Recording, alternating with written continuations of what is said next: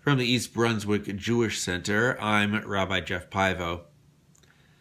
At least once a week, Iran is in the news. We hear about its nuclear capabilities, its support of Hezbollah, and its open threats against the State of Israel.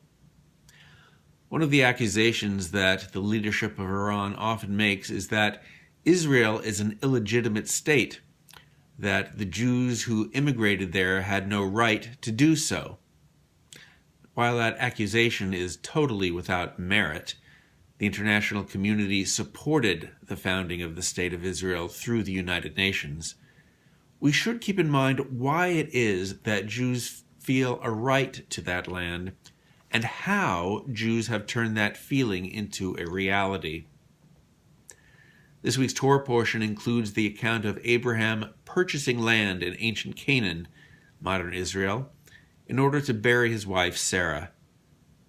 This is the first time that Jews own a part of the land that God had promised to Abraham and would continue to promise to Abraham's descendants. It was the divine promise that predisposed the land to belong to the Jewish people, but it was the actions of Abraham that brought that promise into being. From the time of Abraham through the first century of the Common Era, the land of Israel was controlled and inhabited by Jews. Sometimes that control was established through treaty and purchase, such as in the case of Abraham. Other times it was through military conquest, such as in the time of Joshua.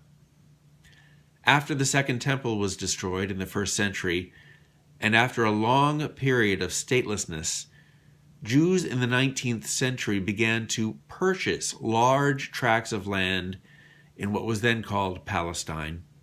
And in 1948, modern Israel was born, following the agreement of the members of the UN and Israel's success in its war of independence.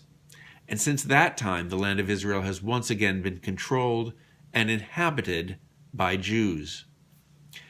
Like Abraham and Joshua, Jews in the modern period continue to feel the divine promise of the land of Israel, and they have turned that feeling into a reality through the purchase of land, through treaties, and through conquest. Israelis continue to build up the land, making it a safe, beautiful, and prosperous place.